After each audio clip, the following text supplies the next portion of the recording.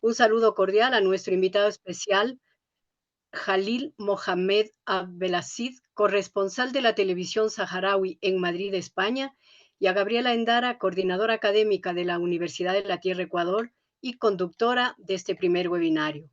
Sin duda, África es un continente que mantiene históricos nexos con el continente americano.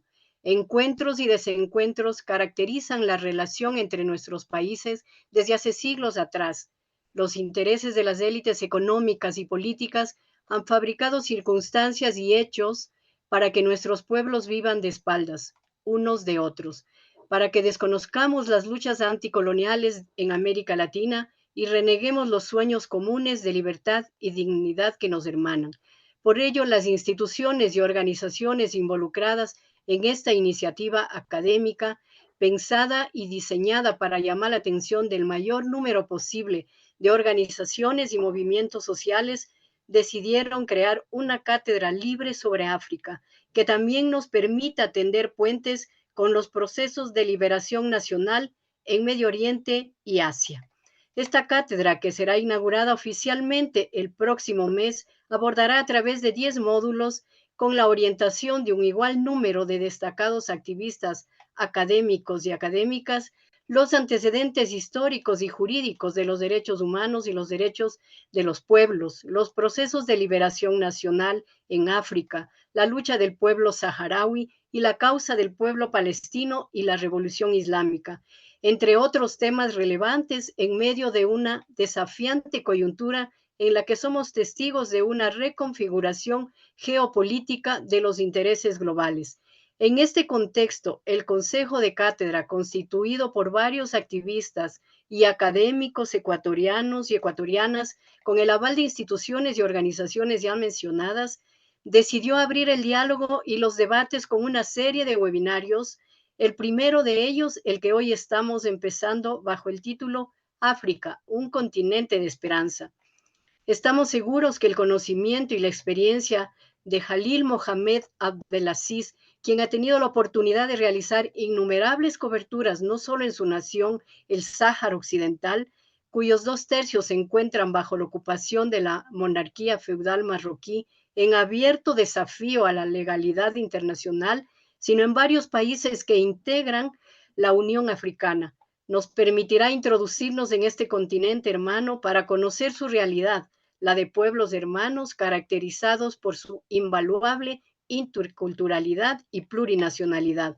Por ello deseo, una vez más, reiterar nuestro agradecimiento a la Universidad de la Tierra Ecuador, a la Universidad de Tifariti, a la Embajada de la República Árabe Saharaui Democrática en Ecuador, a la Asociación Ecuatoriana de Amistad con el Pueblo Saharaui, por su interés, compromiso y respaldo a esta propuesta académica. Una mención adicional a los miembros de la Asociación Internacional de Juristas por el Sáhara Occidental, sección Ecuador, y al Colegio de Abogados de Pichincha por su activo involucramiento. Del mismo modo, a las y los docentes invitados provenientes de Argelia, Cuba, Ecuador, Guinea Ecuatorial, Italia, Irán y la República Saharaui, quienes se han adherido a este proyecto. Gracias, Jalil, por estar con nosotros esta tarde-noche. Nuevamente, bienvenidos todas las personas que nos acompañan y gracias por estar. Ahora doy paso entonces a Gabriela Endara para la conducción de este diálogo, no sin antes presentarle. Gabriela es politóloga, activista por los derechos humanos, coordinadora académica de la Universidad de la Tierra, presidenta de la Fundación Vox Populi Cultura de Paz, miembro activo de la Unión Iberoamericana Municipalista y directora de la revista Humanidad Repensar el Mundo. Gracias, Gaby. Tienes la palabra. Muchas gracias, Susi. Un saludo fraterno a cada uno de ustedes a este primer webinario, África, un continente de esperanza, teniendo en consideración que África es un continente rico que dispone de muchos activos, una superficie donde viven hoy más de 1.200 millones de habitantes, supera más de 30 millones de kilómetros cuadrados. Es un continente que reúne miles de etnias y se caracteriza por su diversidad étnica, lingüística, religiosa, sus identidades culturales y nacionalidades múltiples, hace que África disponga de riquezas naturales considerables como la fauna, materias primas como el petróleo, el gas y minerales. Recordemos que África posee la tercera reserva mundial de petróleo después de Medio Oriente y América Latina. África, frente a estos nuevos retos y desafíos actuales en temas políticos, de seguridad, económicos, sociales y culturales, es lo que nosotros queremos que cada uno de ustedes logre llevarse como conclusiones dentro de este primer webinar.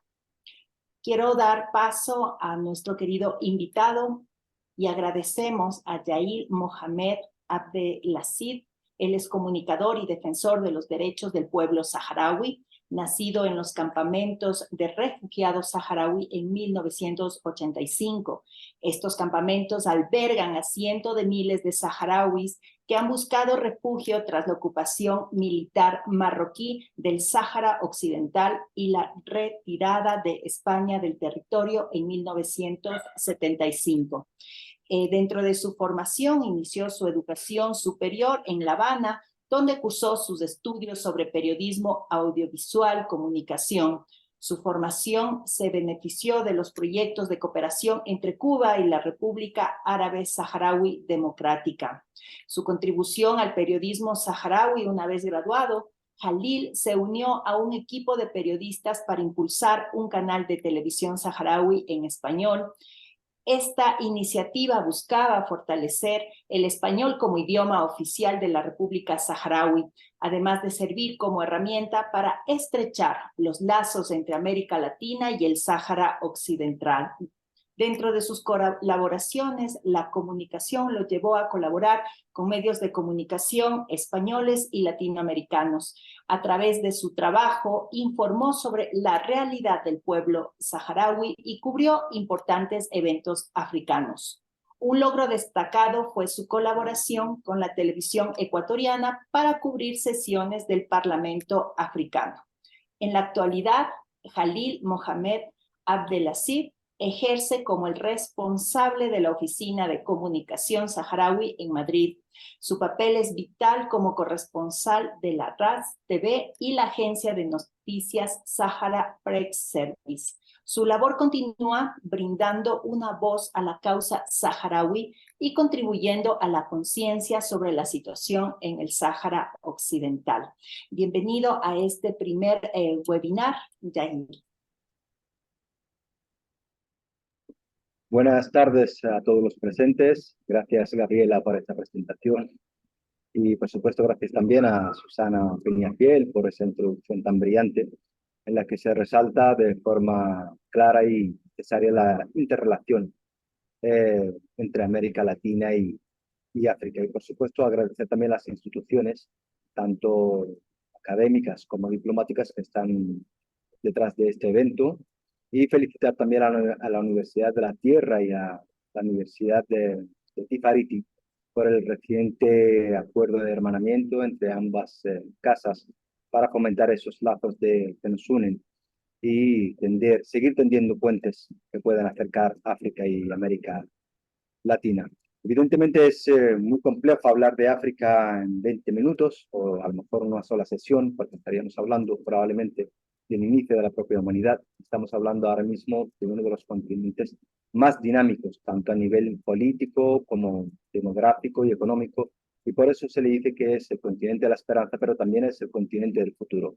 Como bien mencionaba Gabriela, el continente africano actualmente tiene más de 1.300 millones, es la zona más poblada, de la tercera zona más poblada del mundo, pero estamos hablando de que de esa población, el 60% de esa población, de los 1.300 millones, no supera los 25 años de edad. Por lo tanto, estamos hablando de un potencial extraordinario de juventud y un crecimiento demográfico muy acelerado que convertirá la región en el año 2050, será la región que más crezca a nivel mundial y abarcará probablemente la mitad de la población del mundo. Hablando también del continente africano, pues habría que dividirlo en etapas, porque ahora mismo, como se estaréis siguiendo a través de los medios de comunicación, a través de las nuevas dinámicas políticas, tanto procesos que no han sido bien culminados de descolonización y que ahora mismo surgen nuevos conflictos en los que la propia población africana reivindica una total independencia, pero también habría que sentar las bases de cuáles son las causas de esa situación que se está viviendo ahora mismo en algunos conflictos. Y por eso hay una etapa esencial que podría ser una continuidad de un proceso convulso e incluso amargo en la historia de América Latina, que es justamente el declive de las potencias occidentales europeas en su colonización a América Latina, sobre todo, por ejemplo, pues lo que era la potencia colonial más importante conocida en la región latinoamericana, como podría ser España o Portugal, empiezan a buscar nuevos horizontes para seguir acaparando más riquezas y ocupando nuevos territorios que no les correspondía, usurpando a la población local de sus propias tierras. Y por eso habría que recordar, evidentemente, la primera... Un segundo, por favor. No sé si se ve el... ¿Me siguen compartiendo pantalla? Sí, Sí, Jalil. Perfectamente. de acuerdo, gracias.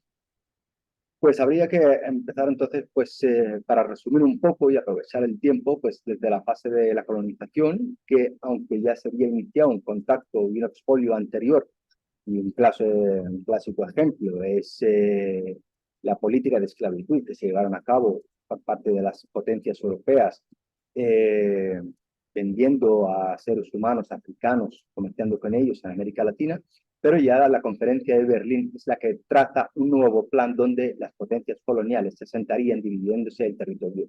Aquí les comparto un breve mapa que podrán visualizar un poco el reparto colonial que se hicieron los distintos países europeos. Podemos ver España, que ocupa lo que es actualmente el norte de Marruecos, lo que es actualmente el Sáhara Occidental y Guinea Ecuatorial. Italia ocupa la parte de Libia. Francia es uno de los países que más territorio llega a ocupar, lo que ahora mismo es conocido como el Sahel, hasta la zona de Sudán. Reino Unido, lo que es la parte oriental de África, desde Egipto, parte de Libia, Sudán, hasta el Cuerno africano. Alemania, Portugal y Holanda. Quiere decir que a partir de aquí entonces es que cuando empiezan las potencias occidentales a posicionarse en el territorio y a gestionar los asuntos desde las capitales de las metrópolis, desde Europa, sin tener en cuenta nunca la realidad o las particularidades de los propios pueblos africanos. Evidentemente eso debería desencadenar en un levantamiento y a partir la segunda etapa sería la lucha por la independencia o los procesos anticoloniales con el surgimiento de movimientos de liberación nacionales africanos y surgen a partir del fin de la Segunda Guerra Mundial. A partir de ahí, entonces, los propios africanos empiezan a organizarse, ya una clase formada empieza a reivindicar sus territorios y a ver que se podía expulsar al colonizador, ya sea de forma negociada o de forma bélica, tomando la lucha armada como un derecho legítimo. Y un caso, por ejemplo, muy conocido, pues es el caso de Argelia, que significó un importante impulso a todos los procesos coloniales en África, en el que se evidenció que a través de la lucha armada se podía expulsar al colonizador. Evidentemente, esas independencias después llegaron con muchísimas dificultades y muchos países africanos lucharon con problemas políticos, sociales y económicos. La pobreza, falta de infraestructura, violencia y la violencia fueron algunos de los desafíos que se enfrentaron y algunos países experimentaron guerras civiles prolongadas. Y esas guerras civiles se pueden justificar por dos cuestiones. Una, porque el reparto colonial se hizo con, como se dice popularmente, con escuadra y cartapón, que es como una regla, dividir los países europeos, yo quiero este territorio, yo quiero este territorio, y ahí no se tuvieron en cuenta en ningún momento las realidades sociales, culturales, religiosas, étnicas de los países. Y eso al final dividió a muchas poblaciones en diferentes países. Pero también muchísimas potencias coloniales, al ver que eran expulsadas del territorio, lo que hacían era imponer algunos sistemas políticos que después podrían responder a sus propios intereses estableciendo un neocolonialismo que podría responder a las metrópolis, o impulsaban regímenes militares que pudiesen derrocar a esas fuerzas populares o militares que habían logrado la independencia del país. Y casos como muy sonados fueron los utilizados por Francia en países del Sahel, o sea, en la África subsahariana, como es el caso del asesinato del líder revolucionario Tomás Sankara, porque él exigía una independencia total del colonialismo francés y romper todo tipo de lazos y lograr una autonomía plena de su pueblo. Evidentemente, eso también después lo que llevaría a que los propios africanos empiecen a impulsar nuevas ideas ya dentro de un marco político y a crear unos mecanismos que puedan unirles a ellos como países independientes, ya sea para apoyar a otros países que todavía estaban sometidos al colonialismo o para fortalecer sus posiciones políticas en foros internacionales como la Organización de Naciones Unidas o contra las propias metrópolis que no dejaban que esos países lograsen su total independencia. Entonces surge lo que es conocido hoy como la Unión Africana, la Organización de la Unidad Africana, que se establece en 1963 en Addis Abeba, Etiopía, con el objetivo de promover la unidad y la cooperación entre los países africanos y luchar contra el colonialismo. Esa misma organización tenía un importante papel en la lucha contra la apartheid en Sudáfrica, en la lucha por la total independencia de Angola, pero también el caso personal, por ejemplo, que yo podría citar es el papel que también jugó en el proceso, en la actual lucha por la total independencia de la República Saharaui contra Marruecos, a tal punto que llegaron en 1984 a exigirle a Marruecos a cumplir con la legalidad internacional en el proceso de descolonización inacabado, o tendrá que enfrentarse a toda la organización africana, lo que llevó a Marruecos a abandonar la organización. Esa misma organización, después asumiendo nuevos retos, pues pasaría a llamarse, como se denomina actualmente, es la UA, Unión Africana, y se establece en 2001 para abordar varios desafíos que se enfrenta al continente, nuevos desafíos, y se integra actualmente por 55 países. Si antes habíamos dicho que Marruecos ya la había abandonado y éramos 54, pues ahora mismo Marruecos entró en el 2017, llegando todos los países del continente africano a integrarla y a organizarse como una sola voz en foros internacionales que puedan hacer frente a ciertas políticas agresivas que puedan surgir de potencias occidentales, como se les denomina. Tal punto, pues hoy en día la organización tiene foros políticos y económicos con las potencias alternativas o los nuevos polos mundiales, como China, por ejemplo, como la Liga Árabe o como Rusia, pero también lo tiene con la propia Unión Europea, pero los tiene en un espacio de igualdad de condiciones y en el beneficio mutuo, en el que todas las partes se beneficien y no solamente exista un explotador y un explotado, como existía antes cuando los países africanos actuaban de forma individual. Esta misma organización, pues evidentemente el continente africano, como ya habíamos hablado, de 55 países, pero también la diversidad en idioma, étnico, religioso, pero también la extensión geográfica, lo que exige que la propia organización de la Unión Africana no iba a ser suficiente y que había que crear otros mecanismos de integración que tuviesen algunas similitudes entre los países que los integre o cercanía geográfica.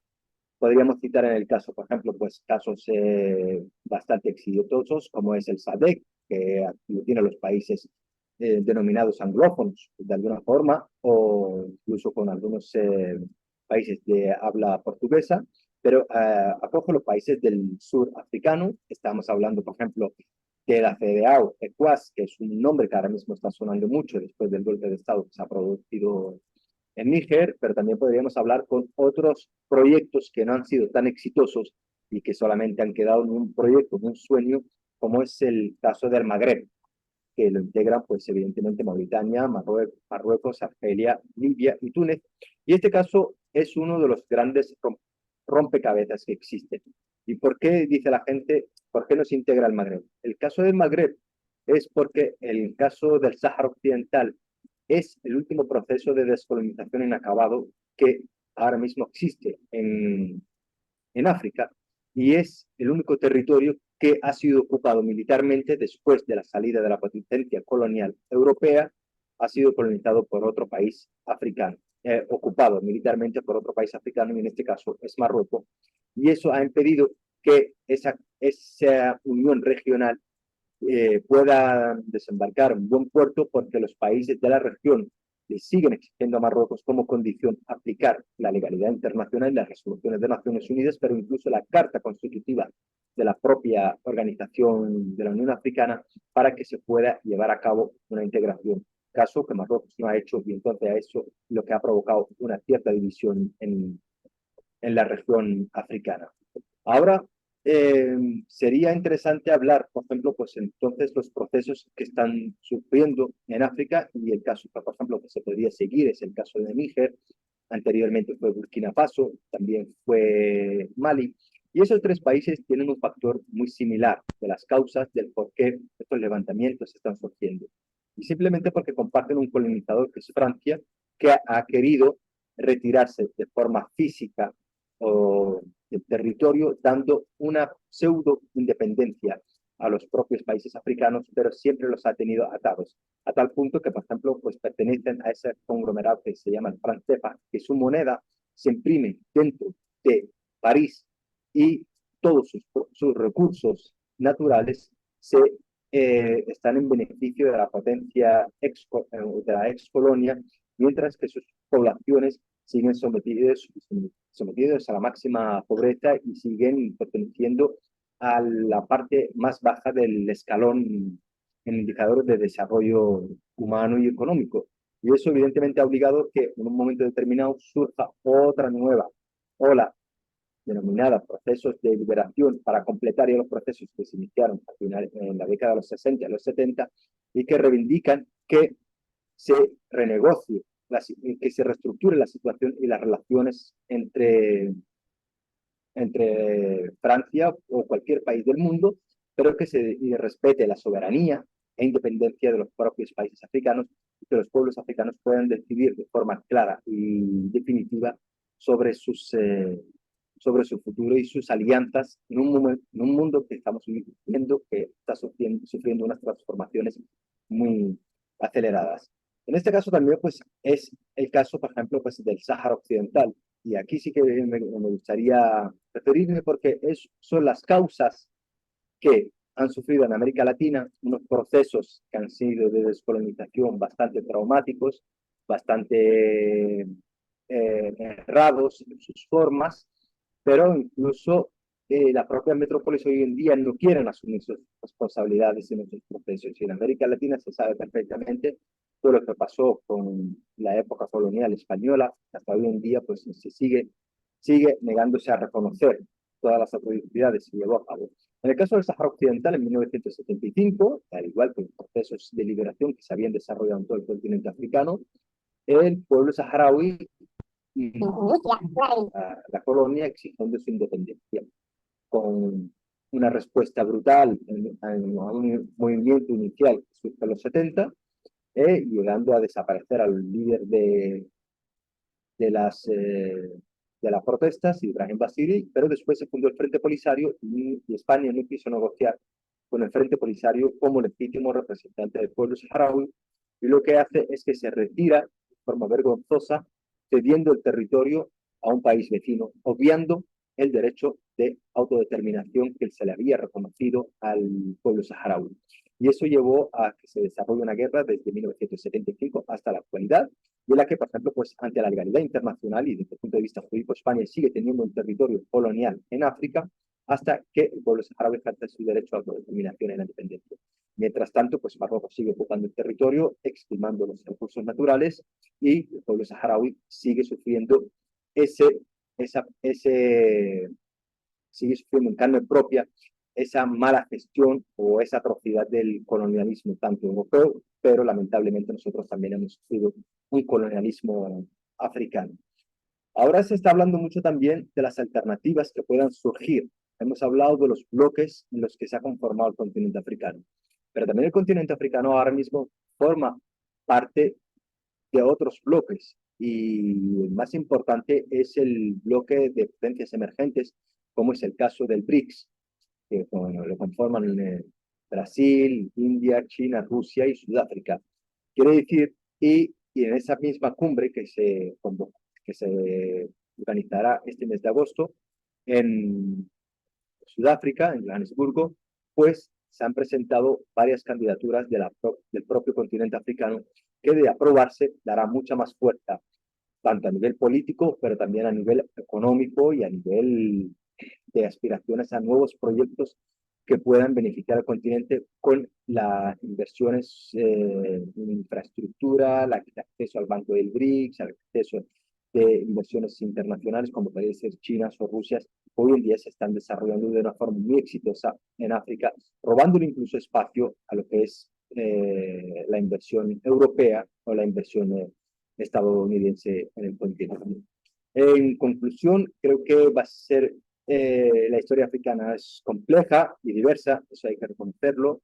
Ahora mismo yo solamente participo aquí invitando a la reflexión y animando que desde América Latina se siga viendo el continente africano como un aliado tanto de presente, pero también un puente de futuro, y lo estamos viendo a través de algunas iniciativas políticas que se están haciendo, sobre todo pues la cumbre sur-sur que se llegó a organizar a un momento determinado para unir en un mismo espacio América Latina con África, pero también en la reciente visita de alto nivel que realizó la propia vicepresidenta de Colombia, Francia Vázquez, creo que se llama de apellido, a África para fortalecer las alianzas tanto a nivel político y llevar a cabo coordinaciones a nivel político en los espacios internacionales como podría ser las Naciones Unidas o los países del grupo de países no alineados. Aquí, pues evidentemente, hay desafíos por superar, pero como bien dice el propio título de este webinar, hay muchísima esperanza y evidentemente hay mucho futuro para este continente.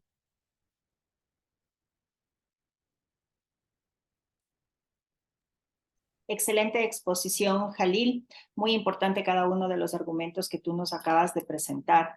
Y es así, a los asistentes a este webinar, les invitamos a que sus preguntas, comentarios, lo puedan hacer a través del chat de la sala Zoom. Agradeciéndoles a cada uno de ustedes. Jalil, hay una pregunta que ya tenemos. ¿Es posible hablar de una identidad africana? Pues África es un continente que territorialmente es inmenso, alberga 55 países y cientos de pueblos, culturas y seguramente idiomas que les une. Jalil, esa es la primera pregunta que lo hace Mohamed Leninzai.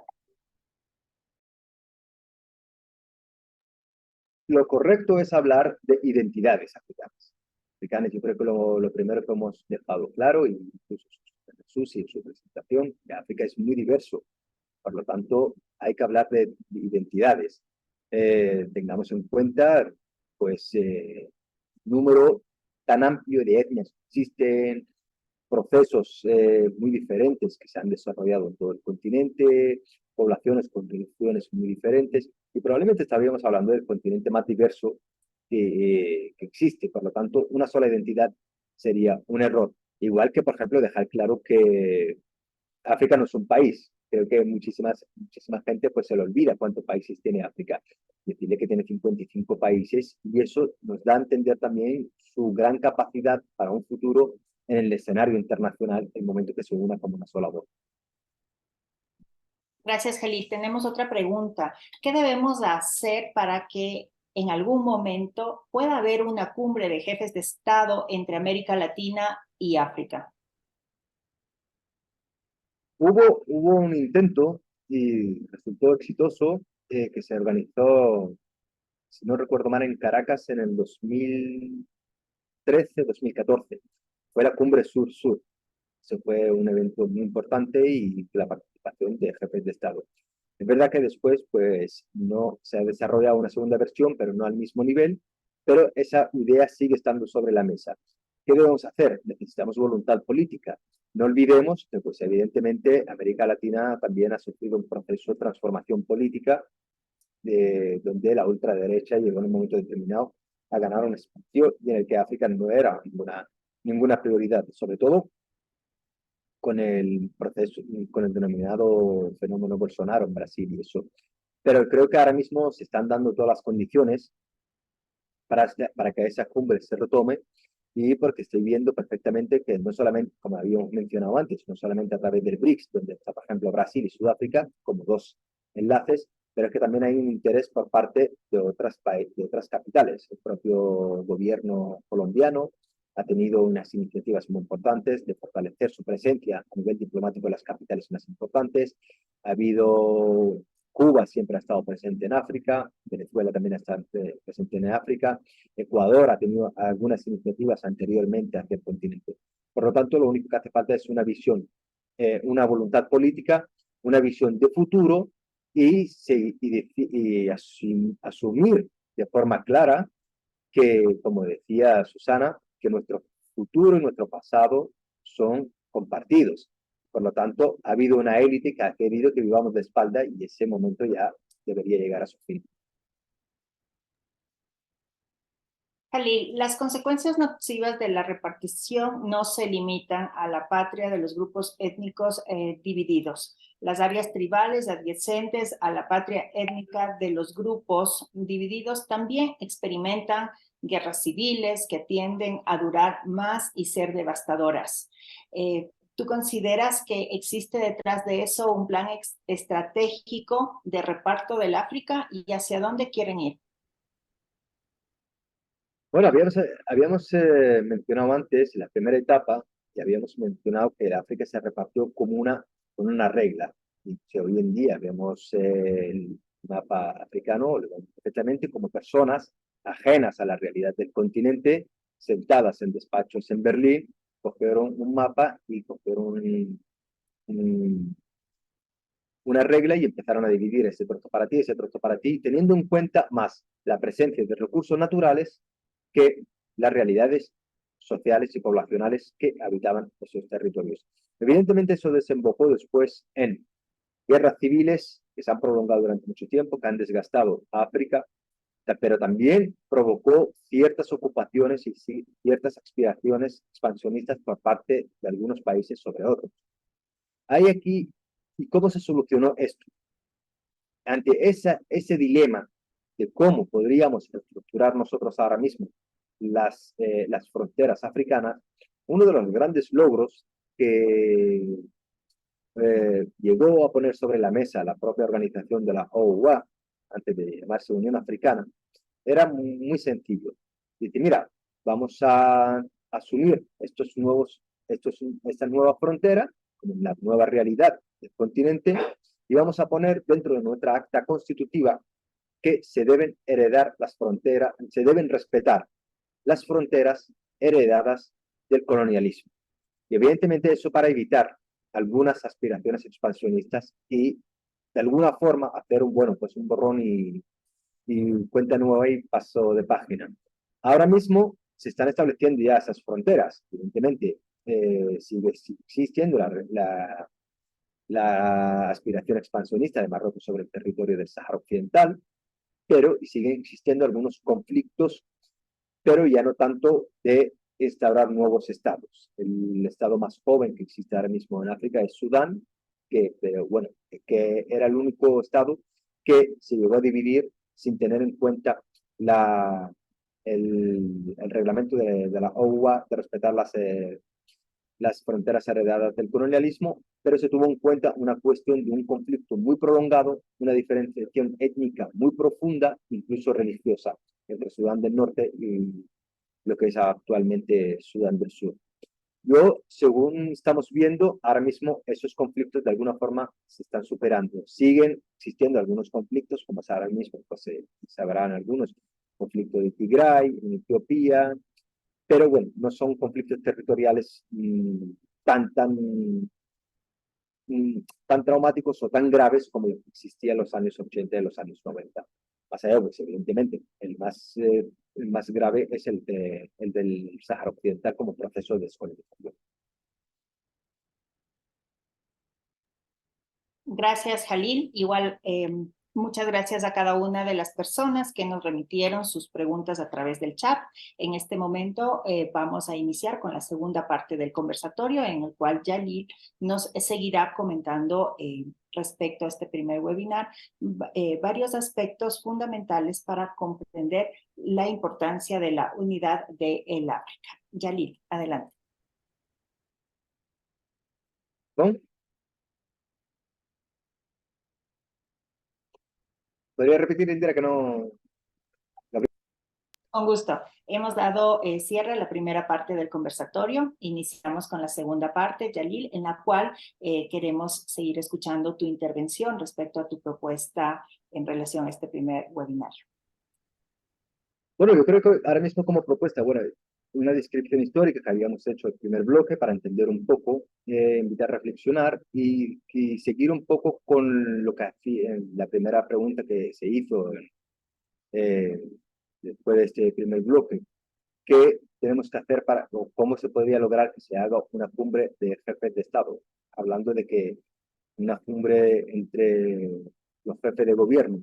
Yo creo que ahora mismo la pregunta real y la que podría darnos unos resultados más firmes y transversales es cómo podemos hacer como colectivos, desde el punto de vista de las asociaciones populares, desde las organizaciones no gubernamentales, para tender puente con otras organizaciones homólogas o similares en otro continente, desde el punto de vista de sectores de abogados, profesores, para que nosotros dentro de nuestras propias sociedades hagamos conocer nuestros propios continentes.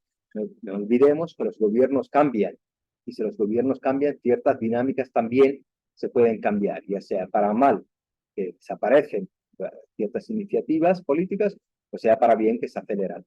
Pero lo único que nos puede garantizar una integración real, un conocimiento real, es que desde propios colectivos y asociaciones, fuera del ámbito político, pero más allá en el ámbito académico, social, que se interrelacione los propios continentes. Y por eso, por ejemplo, esa iniciativa es tan importante que se está haciendo desde la Universidad de la Tierra, que desde un espacio académico se debata y se hable desde, sobre un continente que es tan lejano, pero también es muy cercano y que ha vivido un proceso histórico probablemente no igual, pero sí que es similar y en el que pues, las causas de ese proceso histórico se siguen también padeciendo en América Latina y en África. Por eso yo creo, ahora mismo, lo que me interesaría más, me gustaría más es un poco escuchar algunas voces desde el campo académico vuestro, de los que está participando, sobre también su visión y el interés que pueden mostrar ellos para hacia África o cómo pueden mostrar interés de América Latina en África. Gracias, Yalil. Y bueno, tenemos más preguntas por parte de cada uno de los participantes de este webinario. Lorena Marisol Cárdenas. Gracias, Yalil, por su excelente exposición. A mí me gustaría saber si ha gestado algo así como una política desde Ubuntu o alguna palabra similar a la filosofía de interrelación intrínseca de ese todo de todos que podríamos decir abre un paradigma de conciencia sociocomunitaria que podría generar una alternativa de sobrevivencia en este mundo tan dividido y hegemónico. Gracias por su reflexión al respecto.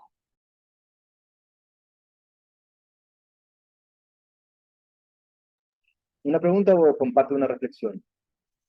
Las dos cosas, Yalil, por favor. Gracias. Gracias. Bueno, sí, vamos a ver. Existe un ideario de que África tiene que ser un todo para todos, de los africanos, evidentemente.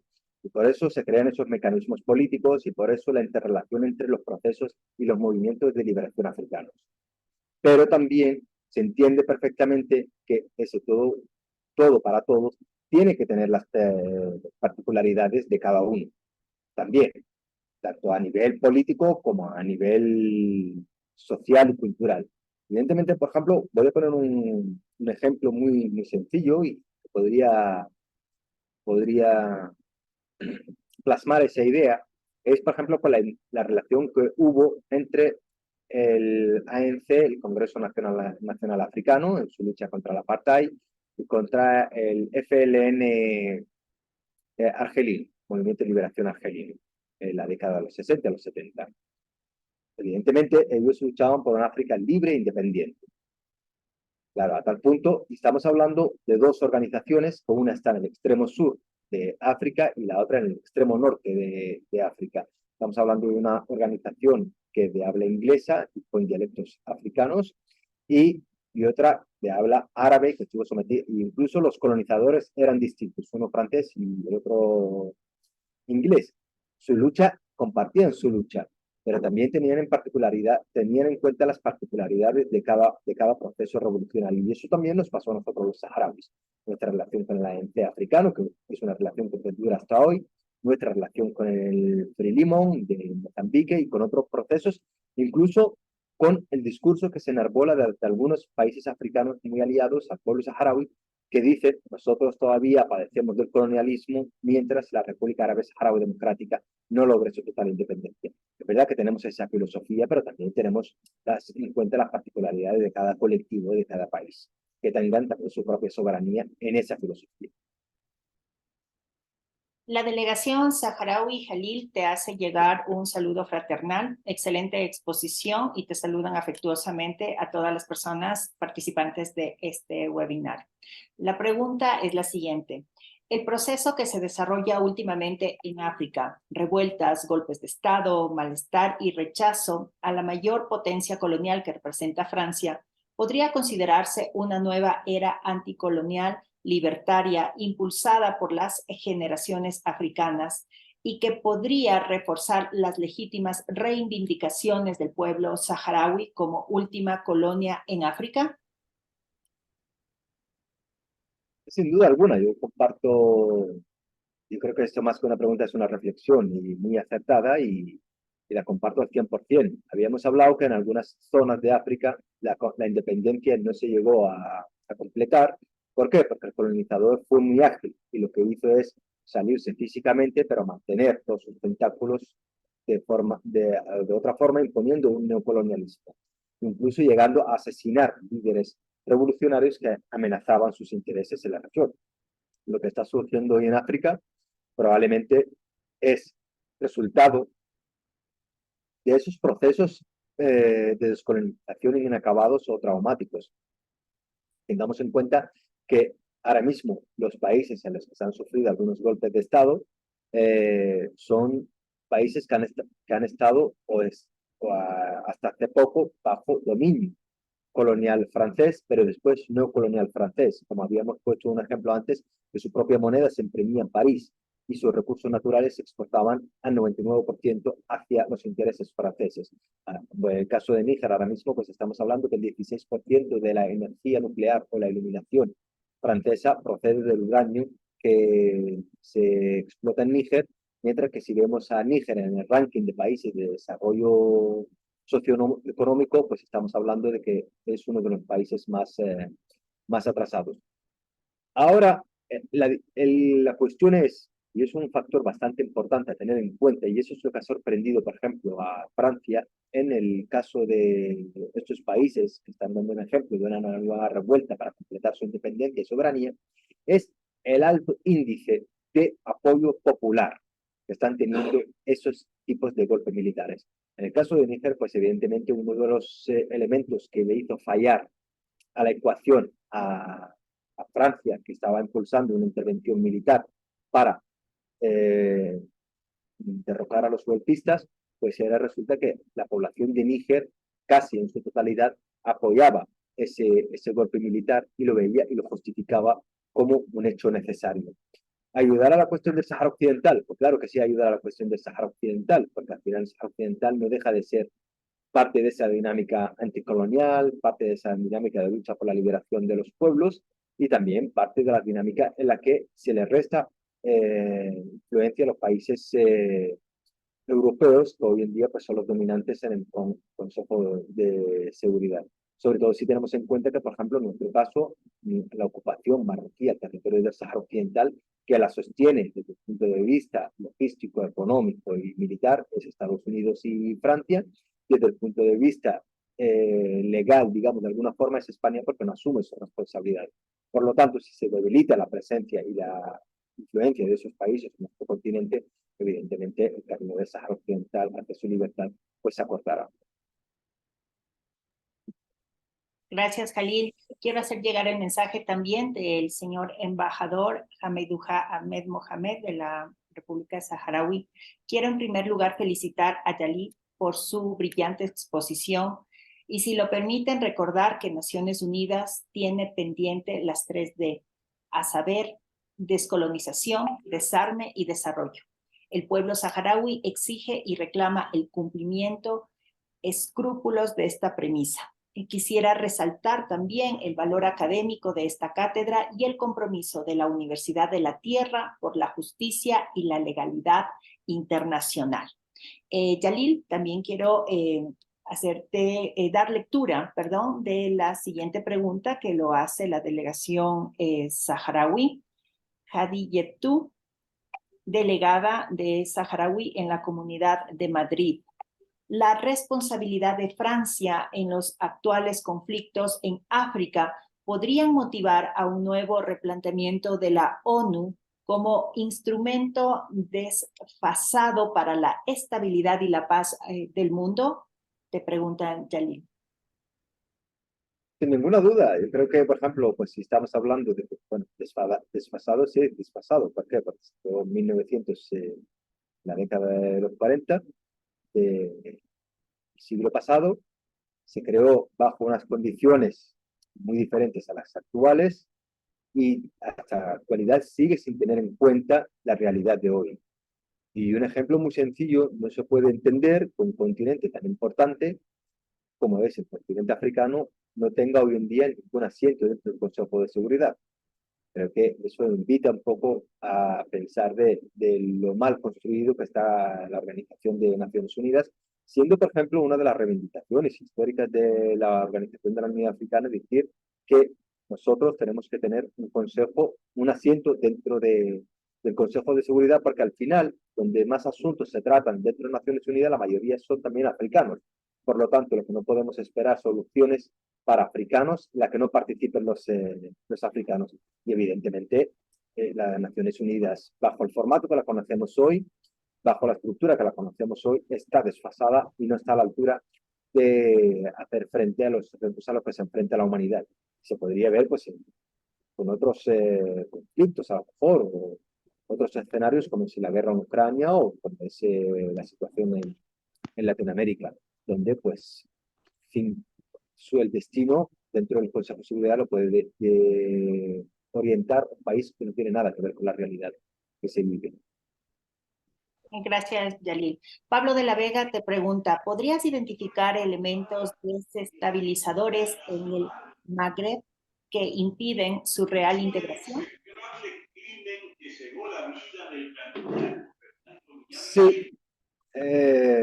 Bueno, el primero, el elemento desestabilizador o el factor desestabilizador en el Magreb, yo creo que uno es el incumplimiento de la legalidad internacional. No puede haber ninguna integración a nivel regional si una de las partes incumple la legalidad internacional o incumple las reglas del juego en el tablero mundial. Y evidentemente, en este caso, es Marruecos.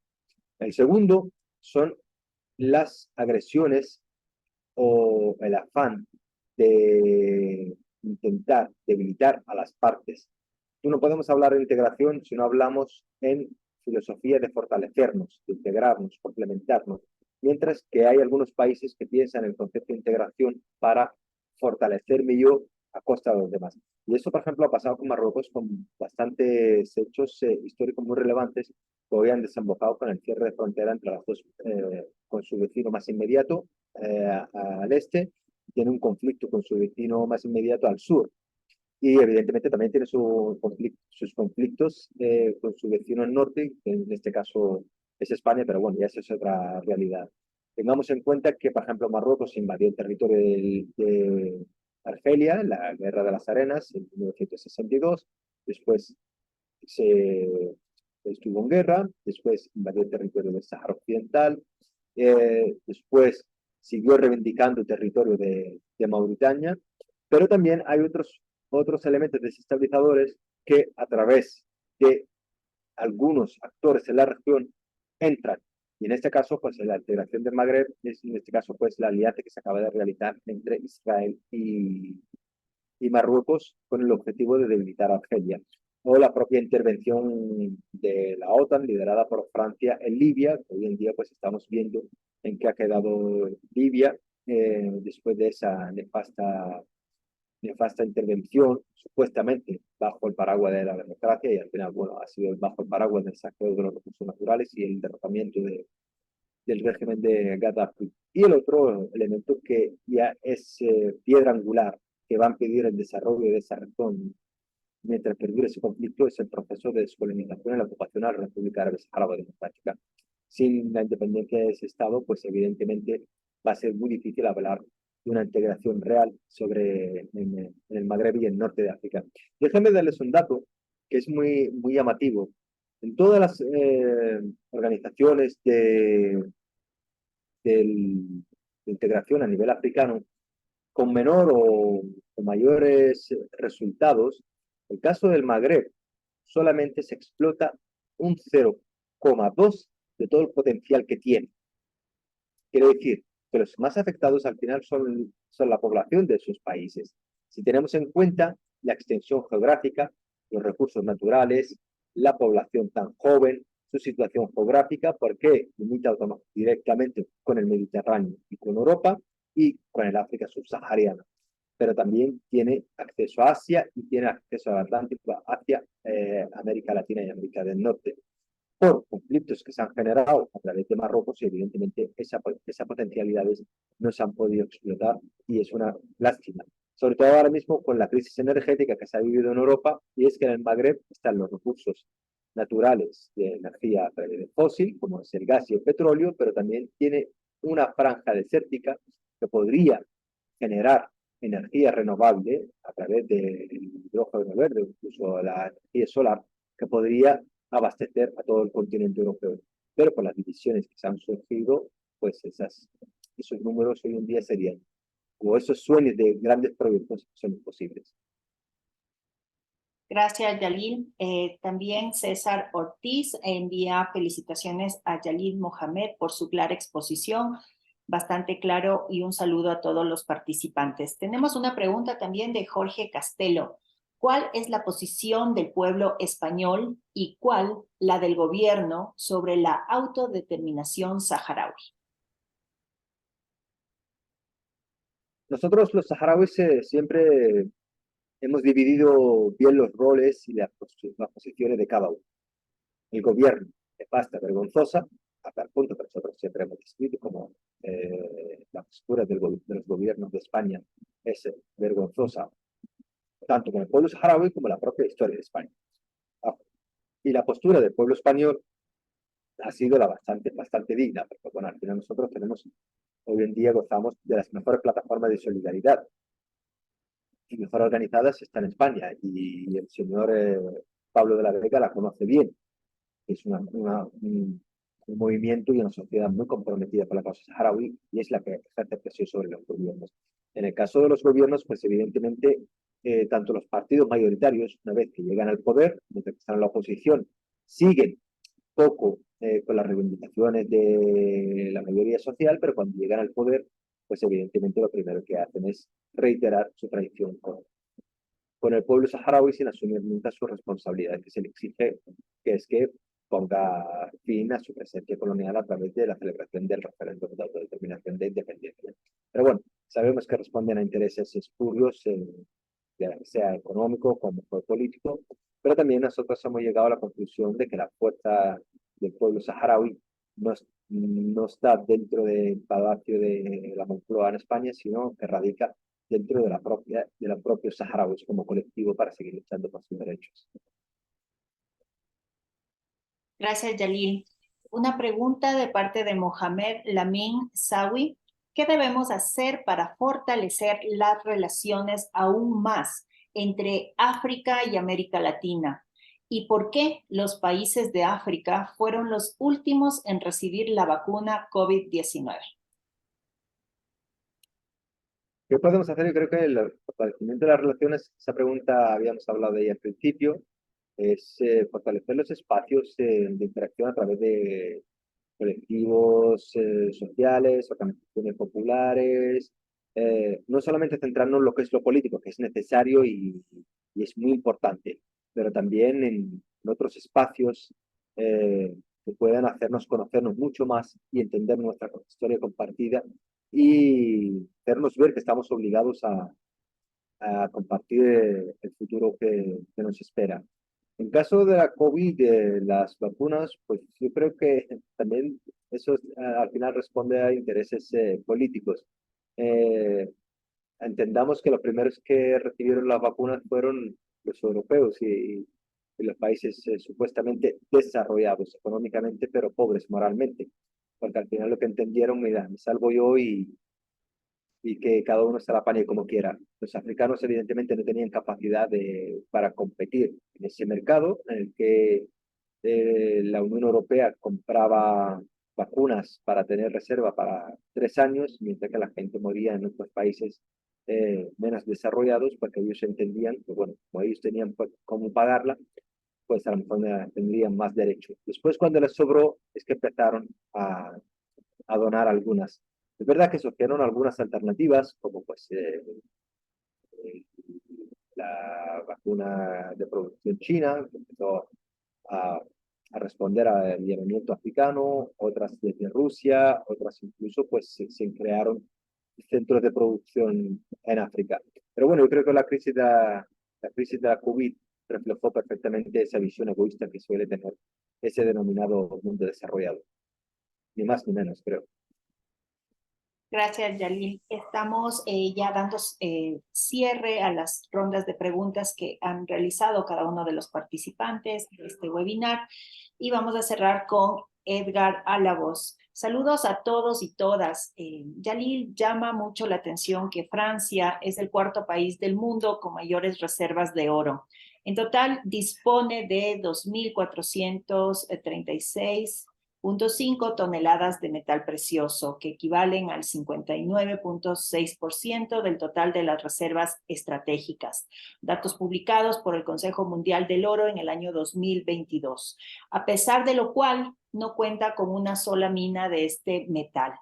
De otro lado, la minería de oro en África, que históricamente ha estado dominado por Sudáfrica, ha experimentado un cambio de enfoque con la entrada en escena de países como Ghana, Sudán, Mali, Burkina Faso, pero ninguno de estos países cuentan con reservas de oro. ¿Cuál es tu opinión, Yalil?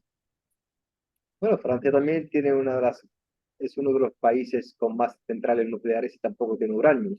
Y le vende electricidad a países vecinos y el uranio consume, lo trae o lo expolia de otros países africanos, como es el caso de Níger. Eso es la clara muestra de que por algunos países africanos no han podido ejercer su total independencia. En el caso de Francia, podría ser otro caso de otros países europeos. Claro, las riquezas naturales están en un país africano. Cuando un país europeo viene a tenderles la mano en un acuerdo para explotar esos recursos naturales, al final ese país europeo no tiene en cuenta el desarrollo de ese país africano, poseedor de los recursos naturales. Tiene en cuenta los números que le benefician a él dentro de su propio territorio. Mientras tanto, si él ve que no hay ningún tipo de beneficio, pues te dirá, bueno, tú tendrás oro, pero como no tienes recursos, no tienes infraestructura, no tienes capacidad para extraerlo, pues el oro se podrá quedar bajo la tierra. Al final, estos países africanos, pues, ante la necesidad de impulsar proyectos, pues, incluso, vamos a ver también, ante gobiernos que responden a intereses coloniales corruptos, pues firman contratos los que el propio país africano sale perdiendo. Y al final pasa lo que pasa, que son golpes de Estado por el ataque de esos acuerdos a los que se llega. Y evidentemente eso va a llegar al momento que llegue a su fin. Está llegando a su fin porque los propios africanos se están dando cuenta, están creando herramientas políticas para revertir esa situación, pero también está llegando a su fin porque ahora mismo los propios africanos están encontrando también alternativas de alianza en esa transformación global. Hoy en día, pues si Francia dice, mira, yo no exploto esta mina, no te saco el oro, no te saco el petróleo, porque tú no me das a mí grandes beneficios económicos, pues muchos países hoy en día están encontrando alianza con China, por ejemplo, con Rusia, con Brasil o con otros países latinoamericanos o con otros países incluso africanos. Y eso le permite renegociar todos esos acuerdos. Y esa situación ya, yo creo que está durando más de lo deseado.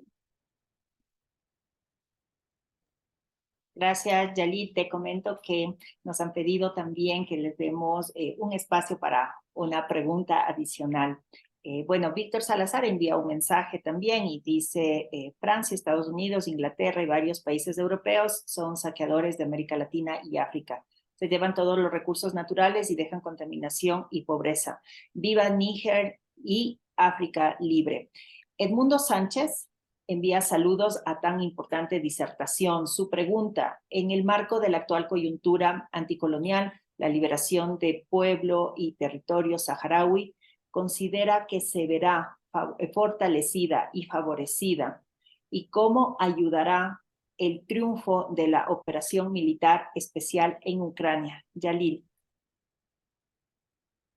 Bueno, si se verá favorecida la causa saharaui, ¿me podría repetir o está aquí el mensaje? Porque creo que tiene dos partes, ¿verdad? Sí, correcto. Te comento. Sí. En el marco de la actual coyuntura anticolonial, la liberación del pueblo y territorio saharaui, ¿consideras que se verá fortalecida y favorecida? Esa es una. Y la otra pregunta, ¿y cómo ayudará el triunfo de la operación militar especial en Ucrania? Bueno, yo creo que en relación a la situación que se está viviendo en África, yo creo que todo proceso que aspire a una liberación de un pueblo africano siempre va a beneficiar al pueblo saharaui. Eso lo tengamos muy claro, porque las principales alianzas que tuvimos en los 70, los 80, los 90, incluso actualmente, son de organizaciones que han liderado la lucha de liberación de sus pueblos. Pues el más importante para nosotros es Argelia, pero también pues, Sudáfrica, Angola y otros procesos. Ahora mismo, con estos movimientos, pues evidentemente nosotros tendremos no solamente unos nuevos aliados que podrán compartir el ideario de una África libre, sino que también un oxígeno para el propio saharaui para seguir luchando por su independencia. Pero también hay un elemento muy importante que tengamos en cuenta que Francia, por ejemplo, citando el ejemplo de Francia, que todos los gobiernos reaccionarios que llegó a imponer en algunos países africanos al final respondían a la agenda de Francia, a la agenda que se trataba desde París. Y en la agenda que se trataba desde París, Sáhara Occidental no podía ser independiente, tendría que pertenecer a Marruecos. Y al final esos gobiernos africanos respondían a esas directrices y eran férreos enemigos del pueblo saharaui dentro de organizaciones tan importantes como la propia Unión Africana y incluso dentro de la ONU, y eran aliados de regímenes reaccionarios, evidentemente, como era el régimen de ocupación marroquí. Si surgen organizaciones y movimientos que luchan por la liberación de África, evidentemente Marruecos perdería aliados dentro del propio continente y se facilitaría la lucha del pueblo saharaui. En la cuestión, ¿cómo ayudaría el triunfo de la operación militar especial en Ucrania? Ahí, pues, ahí estamos hablando ya no solamente del efecto sobre el Sáhara Occidental, sino eso va a tener un efecto global, va a tener una reestructuración del mapa. Y evidentemente, pues nosotros somos un actor o somos una pieza en este mapa que evidentemente va a generar nuevos polos y va a generar una nueva correlación de fuerza dentro del escenario internacional. Y donde mejor se puede expresar esa correlación de fuerza es en la Organización de Naciones Unidas. Si antes hablábamos como saharauis, como africanos, que la actual organización no cumple con las expectativas y los retos que se enfrentan los pueblos del mundo hoy, pues evidentemente después de esa operación especial se va a reordenar y se va a decir, vamos a ver, aquí hay unas reglas del juego que hay que respetar. Y las reglas del juego son la Carta de Naciones Unidas. Y ahí llega el momento de que esa Carta de Naciones Unidas se ejecute y se cumple por todos los miembros y en condiciones de igualdad. Lo que no puede hacer es que yo me tome toda la libertad de manipular, de movilizar recursos para atacar a Libia y después no pueda o después quiera yo atacar a un país que a lo mejor tiene sus propios argumentos para defenderse ante una posible agresión que se estaba gestando. Quiero decir, pues yo creo que Señor Edmundo, eso, lo de la operación especial, va a ser un cambio de mapa a nivel internacional y va a beneficiar mucho a los países del tercer mundo o los denominados países en desarrollo, porque se les va a escuchar de otra forma. Muchas gracias, Khalil. También de parte de la Universidad de la Tierra queremos hacer extensivo un agradecimiento a Hadiyetu El Mojar, delegada del Frente Polisario en la Comunidad Autónoma de Madrid, a Hameiduja Ahmed Mohamed, embajador de la RAD en Ecuador, a la Embajada del Estado Plurinacional de Bolivia y al jefe de la misión de Argelia en Ecuador. Estamos dando un agradecimiento a cada uno de ustedes, los participantes, al primer webinario introductorio África, un continente de esperanza. Hacemos extensivo el agradecimiento a nuestro invitado, Jalil Mohamed Abdelaziz. Igualmente, estimadas amigas y amigos, de parte de la Universidad de la Tierra, Ecuador, la Universidad de Tifariti, la Embajada de la República Saharaui y la Asociación Ecuatoriana de Amistad con el Pueblo Saharaui, a través de la Cátedra África, Medio Oriente y Asia, queremos hacer extensiva una invitación a cada uno de ustedes para nuestro segundo webinar, que va a ser titulado África y Suramérica, hacia una agenda de prioridades conjuntas, el próximo miércoles 23 de agosto del 2023, a partir de las 7 de la noche, hora ecuatoriana de Quito, presentará este webinar Anabel Guerra Pita, es la vicepresidenta del Colegio de Abogados de Pichincha e integrante de la Asociación Internacional de Juristas por el Sáhara Occidental. Tendremos como invitados al embajador Sidi Omar, representante del Frente Polisario en Naciones Unidas y coordinador de la misión de las Naciones Unidas para el referéndum del Sáhara Occidental. También nos acompañará en ese webinar el embajador Elvis Urbina, representante legal de la Unión de Naciones Suramericanas, UNASUR. Moderará este webinar Verónica Naranjo Lizano, abogada y activista por los derechos humanos y coordinadora jurídica de la Universidad de la Tierra. Así que, amigos y amigas, agradecerles por su participación en este primer webinario, África, un continente de esperanza. Que tengan una buena noche.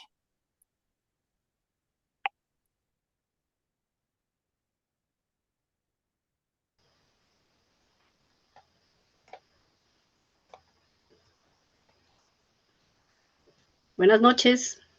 Buenas noches, un abrazo, Jalil, compañeros, gracias por